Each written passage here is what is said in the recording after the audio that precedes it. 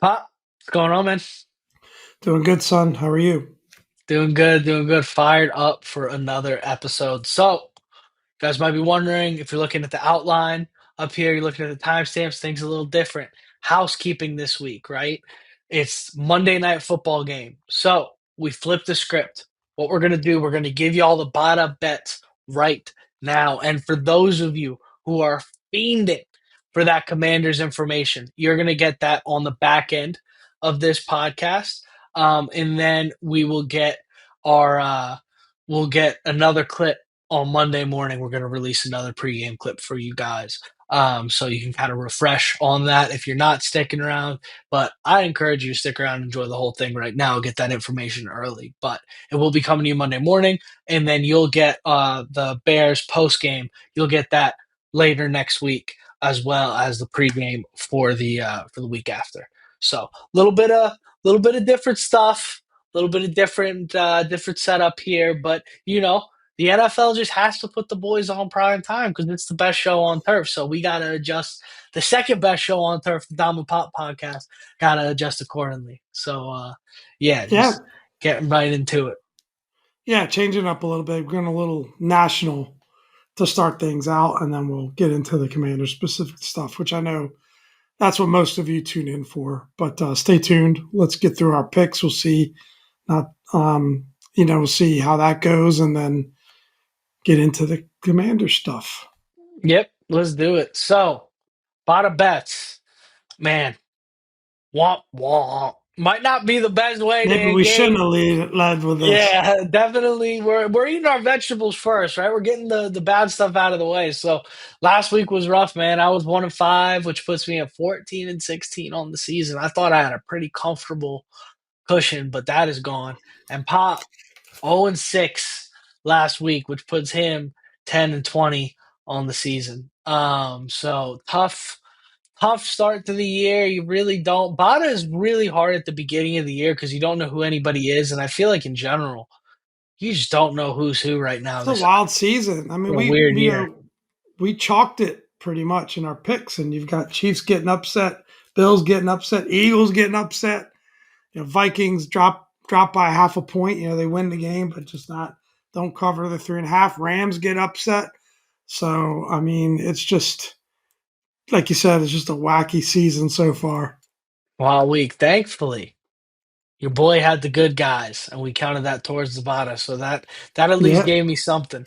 So Thursday night football, we got the Eagles 7.5 point favorites, first game of the week at the Giants. What do you like there, Pop?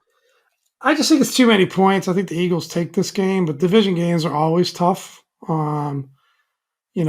Not just hating on the Eagles here. I just think it's going to be a closer game than that. Hard to say that with the Giants, but division games are always different. I'll just say they'll keep it within the 7.5. This is a fun one because I think the Giants need to the Giants suck, right? There's no debating that, and the Eagles need to get right. And at the same time, what if the Eagles just don't get right? They still beat the Giants. Like, don't get me wrong, that's why it's a 7.5 point line. But what if the whole division game, Thursday night football thing gets a little feisty? I'm going to take the Eagles here, just because I don't have much faith in the Giants. But this could be like a season turning loss for the Eagles if they were to blow this one, or if it were to be like an Yeah, ugly close one. It I don't could actually think be, they're going to lose the game, but I just think yeah. it's the Giants keep it somewhat interesting. It's amazing the Eagles. I mean, for a Super Bowl champion team, the amount of seemingly kind of turmoil that's going on there. You've got receivers that are unhappy. You got mixed bag with Jalen Hurts. They're not feeding Saquon the ball enough, in my opinion. It's dare I say a locker room full of divas. There's it's the disease of more, man. It's the disease of more. Now all of a sudden, Yeah, everybody in there is a Super Bowl champion, and everybody in there in their head is the reason why the team won the Super Bowl. And it takes a lot to keep that together. And I said it last season. I said, look, you're gonna have to account for 800 to 1,000 yards of regression from Saquon. How do you make that back up offensively? And you also lost a bunch of starters on your defense. So everybody called me crazy for it, but they're still a great football team, of course. But Yeah, yeah, they've no taken a question about step it. back. And And you and take I, a you know, step. I'm not one to put Jalen Hurts down. I think he's a Me great player. neither. So Yeah. you'll never hear that from these two guys. No, and I mean they've taken a step back from world dominators to Super Bowl contenders. So for whatever that's worth, Still got the but best record in the league. yeah, but they're not the invincible thing they were last year. So this wouldn't surprise me. Sunday 1 o'clock, you got the Seahawks at the Jaguars. Jaguars are 1.5 point favorites here. What do you like there, Pop? That's a tough. The Jags look good Yeah, Monday night. Seahawks are competitive against a 4-1 team against a 3-2 team. I believe that's right. But it's always tough. That I mean, you got one team dealing with a short week. You got another team probably making the longest cross country trip out there. I guess Miami might be a little bit further. So I'll go with the Jags. Yeah, Just have them stay hot, I think, here. I'm taking the Jags as well. I think what I saw from their defense, particularly, really kind of caught me off guard and surprised me watching them Monday night. And I think offensively, they've obviously got a lot of weapons, and it seems like Lawrence is starting to put things together. And you saw what Liam Cohen did for Baker Mayfield's career. So I'd be interested to see if he's going to do the same thing with Lawrence here. He's got the talent. It's just never put it all together. Um, Just goes to show you can't judge a coach off that first press conference. no, no. No. Um, Sunday, 1 o'clock, you've got the Cowboys 3.5 point favorites at the Panthers. What do you like there, Pop? I like the Cowboys here, as much as I hate to say it. I just think they're the better team, and their Yeah, offense seems to be rolling um, and putting up points. Panthers are playing a little bit better. They're 2-3, so I guess you had a 2-1 team against a 2-3 team here. Could go either way, but I think I'll yeah, go Cowboys.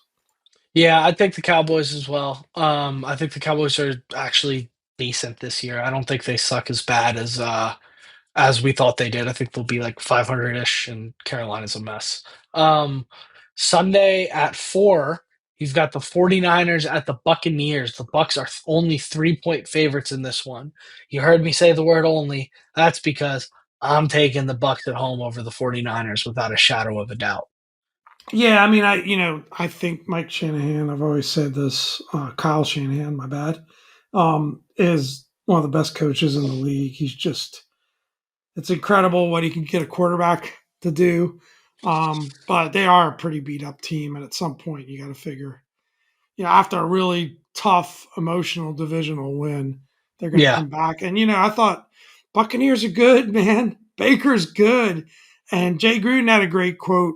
He does a weekly appearance on, I think it's Grant and Daniel. Give him a little shout out, and he said that Commanders win against the Buccaneers in the playoffs is looking better and better yep, because that's a yeah. really good football team. I think that Bucks team is legit, man. I think they're really, really, really good. They got a lot of good coaches in that building. They got a lot of good players. Just a good front office. Like the whole situation is just good. And I think the 49ers are due for a little bit of regression because I don't think they're as good as their record shows right now. I think they're probably the weakest 3-1 team. Um, Lions at Chiefs, or I guess 3-1. Lions at Chiefs, Sunday Night Football. Um, I'm going to go ahead and take the Lions. What do you think, Pop? I think the Lions are a better football team. Not that you should Lions are ever, getting you should pick points. against every pick I've made, just a public service announcement, obviously, with my record this year. But, and it's been better in past years. I think we've had a winning record every year up to this year, but Yeah, it's been a tough one. But I always kind of go with the better team, and I think, the Chiefs, I don't know what's going on there. It's weird. yeah, Um, it's weird. I think they're better, obviously, than their record 2-3, but the Lions are a really good football team, and maybe that defense could bother Goff. He's known to kind of struggle at times against the better defenses, but yeah, I like the Lions as well. I think they're going to go in there and slap the Chiefs around. I actually don't think it's even going to be a good game. I think the Lions for sure. And then you got Monday night. You got the Bills, 4.5 point favorites at the Falcons. What do you like there? I'll go Bills there. I think the Falcons, they look good against us. Maybe we'll see. That might be, we might see that they're, that's a turnaround game for them and they start to get on a roll. They're good offensively, but I think that the Bills are going to be upset and not wanting to drop two in a row. And I think they're going to take care of business in this one. And Atlanta's not the toughest place to play. It's an East Coast trip for the Bills, so there's not like a really big home field advantage situation going on here. So I'll go Bills. Yeah, I got the Bills as well, man. I think it's definitely the Bills here. The Falcons, I mean, they whooped up on us, but I don't think they're all that good. I just think we were that bad that particular week. And that brings us in to Monday Night Football, To the baby. Commanders What you're segment. what you're all here for. What you're all here for. So, Pop, I'm gonna defer this one to you. You want to pick the Commanders game now and then tell the people why we're picking it the way we're picking it, or Let's you want pick to it at break the end. down, pick it at the end? All right, Yeah, I it like will that. count. It will count towards the bottom because it is a Monday night game. Teaser, though.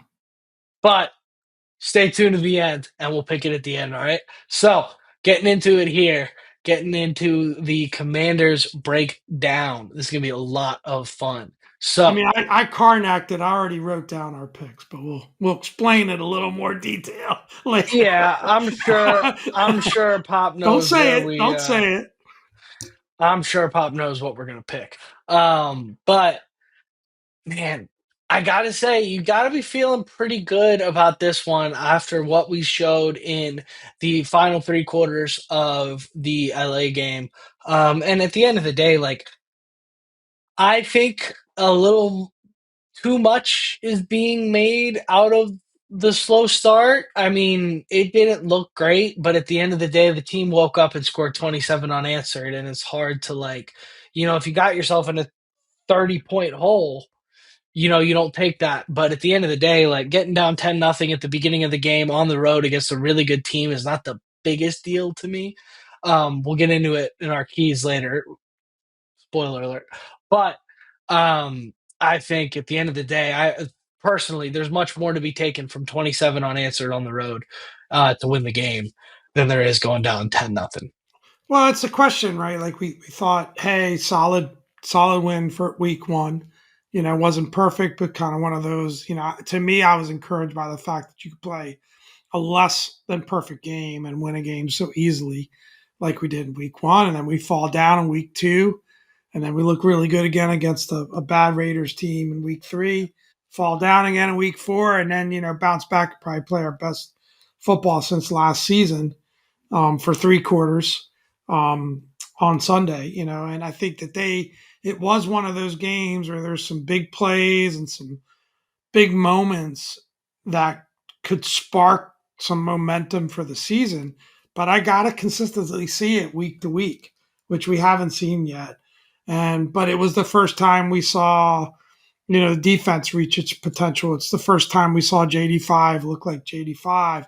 And it's the first time what we've been asking for all season to get more carries and feature, Ja'Cory Cross-Game as RB1. We saw what he could do when he was finally featured that way. So, but we need to see it consistent week to week. And, Yeah. I think there's a little bit of a wait and see attitude by me on that. I feel confident. I feel really good about what we saw in the field. I really do think it's a good football team, and they've proven that again. And, as much as people are going to want to kind of diminish the victory because of a beat up offensive line by uh, the Chargers, I don't think that was the most impressive part of the game. It was what our offense did against their defense, one of the best Yeah. defenses in the league. So, And our yeah, our offense was just like they could have scored more points. Like once we even that thing up at 10-10, the Chargers could have scored as many more points as they wanted to. They had no answer for us offensively. It was gonna worst case scenario that game was gonna come down to whoever got the ball last, in my opinion. Because I think offensively, like even if they score on that drive that Mike Sanders still made the interception, I think you still win that game because there was just nothing that I you had a saw from similar their thought. defense that they could stop. Well, I had a similar thought on a different sequence, which was the punt return that Yeah. ended up being a rough in the kicker. Okay, so it's 17-7. Well, there's nothing that won't lead you to believe we still don't get three because no time Hmm. comes off the clock at that point, or very little. So if 17-10 at the halftime, I feel pretty good about our chances even at that point, knowing what transpired the rest of the game. So agree with you there. And I Yeah. think the most exciting thing that I'm seeing from a vibe check point of view is the play of this offensive line. Yep. It's not talked about as much as and deservedly so. Debo, Ja'Cory Cross Camara, Jaden coming back and playing really well. But the play of this offensive line, I think, is super exciting because I think it's the opportunity for this team to reach even higher levels than they reached last year. In terms of performance, I'm not talking record or playoff runs or anything like that, but I think there's just a talent level there and depth there that we simply didn't have last season. Yeah, and to that point, I mean, you're looking at potentially Cosme McLaurin and Noah Brown, which I mean, Cosme McLaurin, two of your four best players on offense last year, returning. If not tonight, Monday night, um, within the next week or two, I would say. So they're all trending at returning. Noah Brown also trending at returning. How exciting is that? I mean, the fact that, like everybody wants to talk all about, oh, they were so injured. Oh, they were so injured. So that works for Detroit Lions fans when you talk about getting absolutely destroyed at home last year in the playoffs, but that don't work for us when we went and beat one of the best teams in the NFL in the Chargers just last week. We beat that team super hurt. So getting Cosme, McLaurin, and Brown all back is that could be Yeah, massive. we're If we're we're down three starters on IR. yeah, It's the and truth, two Pro Bowlers. but nobody wants to talk about that, right? No. So yeah, So exciting in that regard. I mean, you think about what this offense looked like last week and what it's gonna look like adding Perry back into the fold. And for me, like if it's not Terry having another 1,200 yard season or 1,000 yard season or 12 touchdowns, it's going to matter on those key third downs. It's going to matter on those key fourth downs. It's going to matter on those second and longs when you need to get 8 yards to get back into third and manageable. Those are the moments where having McLaurin on the field, even if statistically he doesn't have the year that we expect, those are the moments where it's going to be huge. And Cosme in the run game coming back and in the pass game as well, but especially in the run game, we're gonna be moving dudes around out there, man. and I tell you, the crazy thing is I don't know that Cosby's going to give you that big of an upgrade over what how we've been playing, and that's a compliment to the guys that have been out there because he's a Yeah, great player, right? So, but that depth that it'll give you, maybe we can rotate some guys in and out a little bit more, keep them fresh. I think it's going to be really good. Yeah, getting Terry back because maybe Terry, but you could see a scenario where he's not going to come out of the gates and get 9 catches and 2 touchdowns, right? But it's another weapon on the field that makes the defense make choices. Now all of a sudden you got Bill, you got Debo, you got Jaden, you got to worry about, and now you got Terry, another weapon. And I think it's pretty good. And the one thing that I didn't realize that they did a lot of, and I saw some film clips of, was the two tight end sets with Sinnott and Bates, right? And they were both blocking their butts off. So yeah. there's another wrinkle to this thing but that wasn't there before as well that you can get behind. Yeah, they were coming out in a lot of those big boy sets, declaring tackles as eligible and bringing out Sinnott and Bates and just letting the guys fire off. So that was really exciting there. I think in general, like going forward, having Cosme back is going to be. I actually disagree with you, Pop. I think Wiley's been adequate and pretty good, but I think that ceiling you're going to see just how much when Cosme gets out there, you're going to see just how much better they can be. Because I think it's a much I higher hope you're ceiling. right. Well, and then instead of Trent Scott coming out in eligible sets, maybe you've got Wiley coming out in eligible sets. So things like that I think are really exciting, and I can't wait to get them back out there. But I think Terry's going to help with the pass protection just as much as Cosme is, because you can be out there getting open faster, giving more options, and forcing the defense to put more guys back in coverage. Which, by the way, he can't do now, because if you put 7 guys back in coverage, Bill is going to slice you for 9 yards. So good luck defending this. I mean, I rewatched. I'm sure you've seen the guys have clipped up every single one of Bill's touches on Twitter, and I rewatched that play where they motioned the direct snap to Bill. They motioned Bill into the Wildcat, and like you and I both had a moment where we kind of chuckled live about that, because you go, oh my God, this is the signature Cliff Kingsbury, like get too cute, blow the momentum, and it's all over. But seeing Bill, Debo, and Jaden in the backfield, I mean, what do you do? That's terrifying. Like it Yeah. just completely like, yeah, it was basically just a counter that was ran, but that is terrifying. That's so like those three in the backfield, and then when you've got McLaurin out wide and you could pitch it to Jaden and he could hit Terry on a deep shot if you overcommit to the run, like, oh my God. Like, and then you Well, saw, remember the I think it was the second down play where Jaden kind of scrambled out and went to and threw it to, made a great throw. In fact, in rewatching it, great throw to Chris Moore and hit him in the Mhm. hands and he dropped it. Wouldn't you like to have Terry McLaurin on the other end of that pass? well, yeah, it would have been 7. Yeah. Would have been And I tell 7. you what, I And tell you what a sicko I am is on the plane ride back. Um, of course, I could either watch the Monday Night Football game, which was a great one, Chiefs Jags, or the NFL Network was showing a replay of the Commanders game, and I put the Commanders game on. But my buddy sitting yep, next to me had the Monday night game on, so I was doing a little dual screen on the plane coming home, which was pretty fun. But I that's loved always a good time. rewatching that game. Yeah. I wish sometimes like on flights that happened during football games, they had like a football watching section. Be like, all right, if you're watching the Monday night football game and you want to chill, head to the back, I think get the that was game the whole going. plane. A lot of Yeah. people were buzzing about it. Yeah. I'm So down to get a vibe going if the game's on with a few of the fellas. I mean, we got to have something in common, right?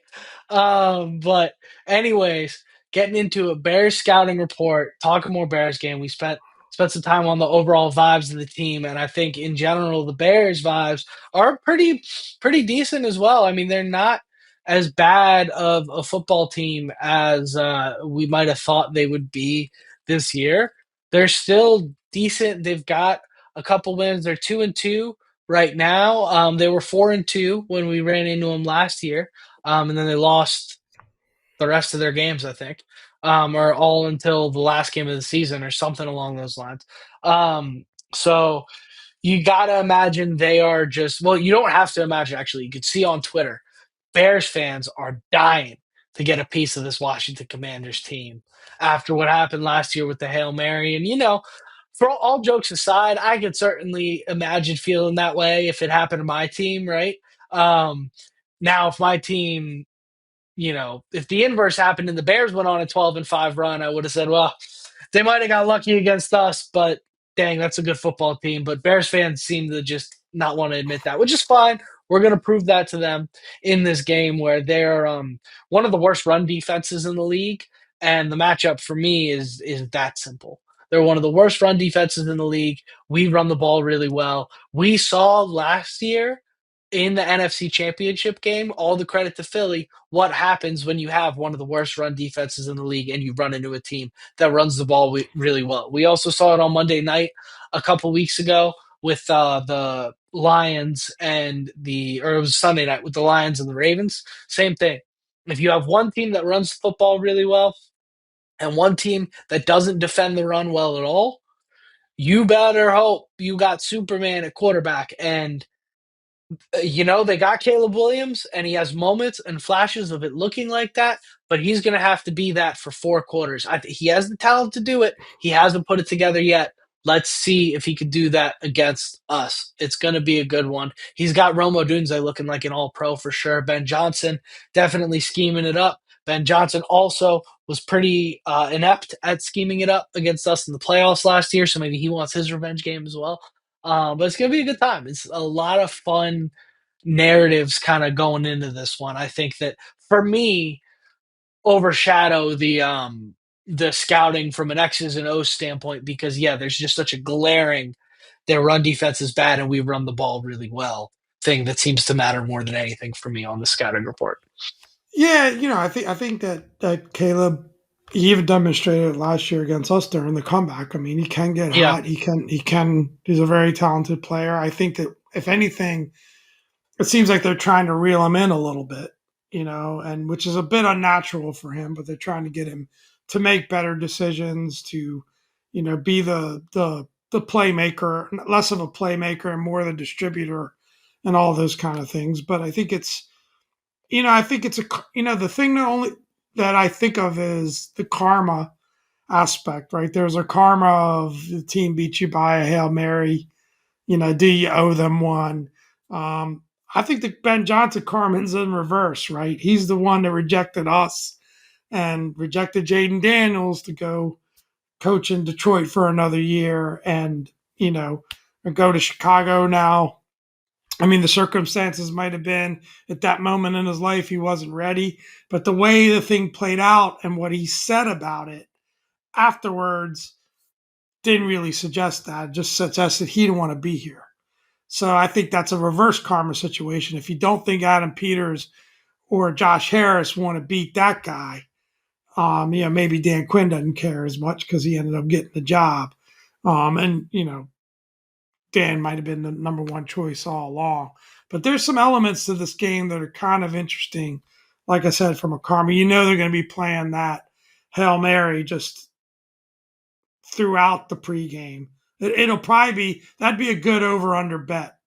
How many times that clips gets played by ESPN/ASP ABC before that game? Yeah, it'll be fun to highlight, and they won't highlight that Jaden Daniels played that entire game with a broken rib, and there's no way it would have been close if he was at all healthy. But they will go over that a lot, and at the end of the day, this is all that counts. Doesn't matter how you get there. Well, I'll say this, right? Just pumping the brakes a little bit. We thought the same thing about Atlanta. We thought we were the better football team. Yep, I 100%. do like, national TV, Monday Night Football in the lights. Last time we played on national TV, it didn't go very well. Jaden's getting healthy, feeling good. I mean, one of the most exciting plays of the game and terrifying at the same time when he was running down the field trying to block for Ja'Cory. It was terrifying, but seeing him run and seeing the Yeah, smile on his face and seeing how healthy he looked in that moment was great. So, but seeing anyway, his finish up your scouting report. seeing Jaden's speed in person was different because you'd see him take off for a scramble and you'd hear people go like, "Uh-oh, he's going to run." And I'm watching and I'm like, "They can't catch him." I'm like, "There's nobody on the field that can Well, get close to the the guy." toughness of the kid, because how many times have you seen a player play with a knee brace and just kind of like can't handle it? Like Yeah. it bothers them to a point where they're just not themselves. Jaden, it's just nothing's going to stop him. They could put him in a body armor suit, and he would Yep. just play through it. And yeah, that's exciting, and that's the number one. At the end of the day, it's the number one reason Chicago Bears should be worried. Is number Yep. five. Yeah. And we'll just get into that right now. We'll get into our keys to a win. Scouting report more narrative based this week, but I think it's fun because I think at the end of the day, that's mostly what people are talking about more is going to be all the storylines going into this one. And ultimately, like you know, you kind of know the drill. with the Bears at this point. I think their defense is kind of suspect. I think their offense is decent. I think it's an It's a average work in football team. progress. Their Yeah, offense it's an is a work in progress. they are where we thought we would be at this point in our rebuild. I think it's a pretty average football team. I think they do have a good coach in Ben Johnson. I think they do have what will be a franchise quarterback in Caleb Williams. I just think they're moving along at a little more of a normal pace. Um, so keys to the win. Number one, we already talked about it. It's pretty evident, but run the ball. Bears defense is terrible against the run. I think they're like 31st in so bad. So if we can run the ball on them and force Caleb to just have to be perfect, I think that's going to be key. Is running the ball is number one, most important thing. And what a week for Bill to have a breakout, right?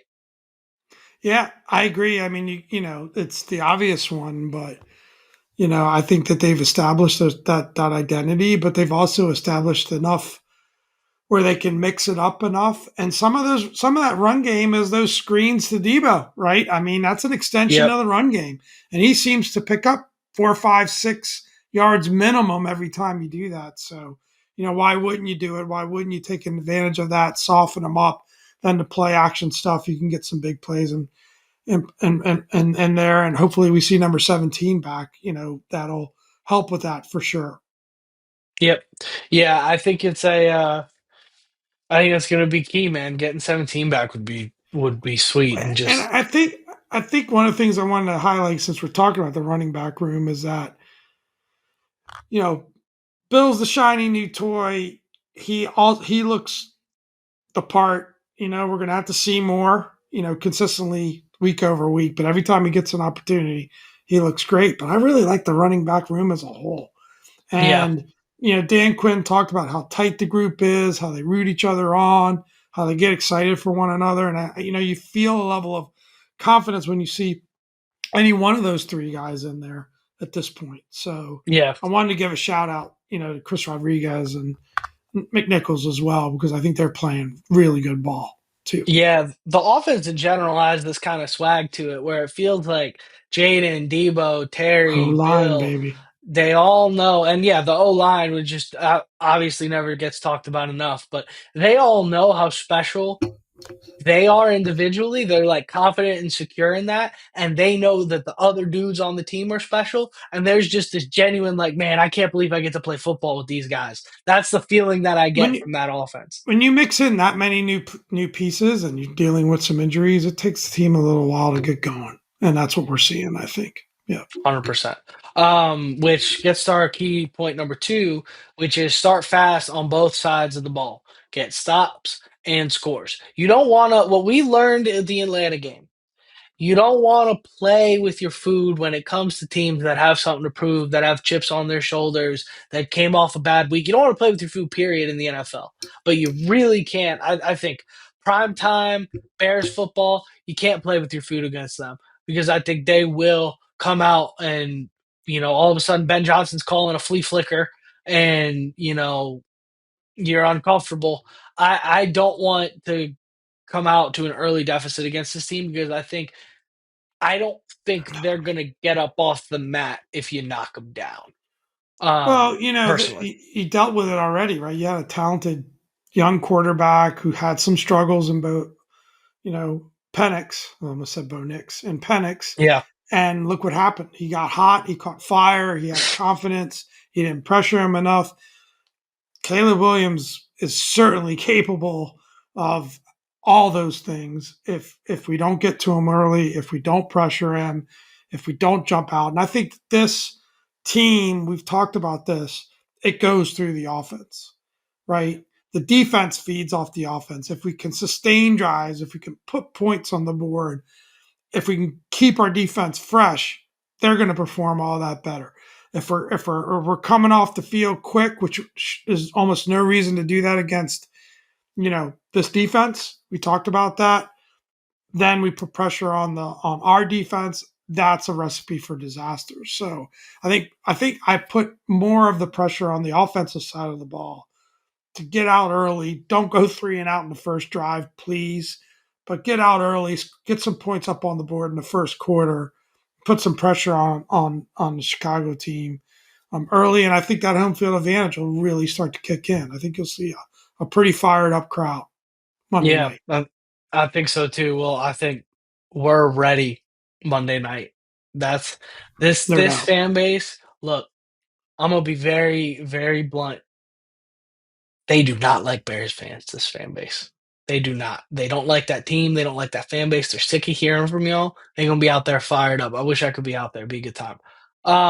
Number three, defensive line needs to put back to back good performances. Frankly, this team needs to just put up back to back good Right. performances. But it all starts and ends with that defensive line, particularly up the middle, in my opinion, with Javon Kinlaw and Deron Payne. When they have a good game, Yep. this team wins. It's just that simple. It just seems to be that simple. When they have a good game, everything else kind of falls into place. So if you can, the Bears don't have a particularly explosive run game. I mean, they're capable. It's an NFL team, but they're not, us. So if you can stop that run and you can pressure Caleb, I think that's going to be that. I almost think that's just as important as any of these other keys for me. Yeah, no doubt about it. I agree. I totally agree. Nothing to add there. So that means is prediction time. The Commanders 4.5 point favorites over the Bears. I actually was talking to my buddies. I hadn't looked at any look ahead lines or anything like that. And I said, I think the most confident line I would be taking against the Bears would be -4.5 for the Commanders. I said I would hammer that. So I'm going to go ahead and hammer that now that Vegas gave me my wish, gave me the exact line that I asked for. I think that's for sure. I'm taking the boys.